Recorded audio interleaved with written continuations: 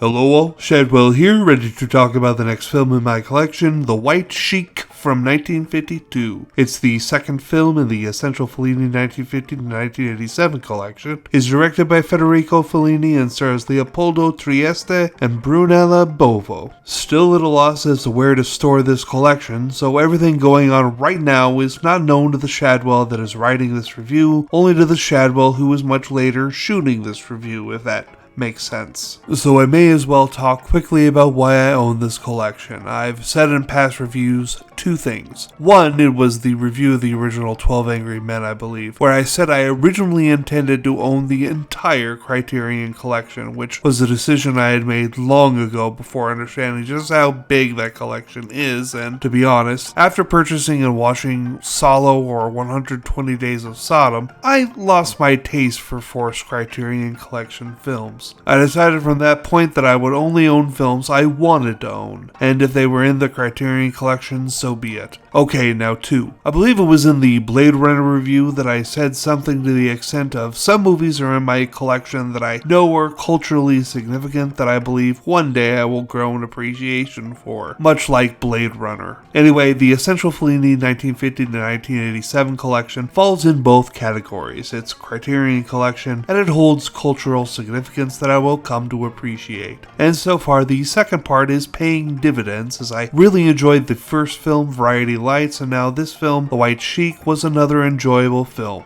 It's a charming little romantic comedy about a honeymooning couple from a rural area that come to the big city of Rome on their honeymoon and almost from hour one find themselves pulled apart by their separate desires. Once the couple check into their hotel and the husband lays down to take a nap, the wife escapes to meet up with a man that portrays her crush in a photo novel, The White Sheik. And he tempts her far away from her husband, both in body and in spirit, as she finds herself miles from Rome and eventually in a boat with the actor. Meanwhile, the husband has to cover for her absence with his family, who she was supposed to meet for the first time. Do these lovers find each other in the end? Do they even deserve such a fate? The film, although it does answer this question, does so a bit ambiguously, but I think that only adds to its esteem. I very much liked The White Sheik, and am glad my favorite character, a minor prostitute in one scene, gets her very own movie a few years later with Knights of Cabiria, so I'm very much looking forward to that and a few reviews. The White Sheik is getting a B+ out of me, and tomorrow I will review the next Fellini film, I Vitelloni.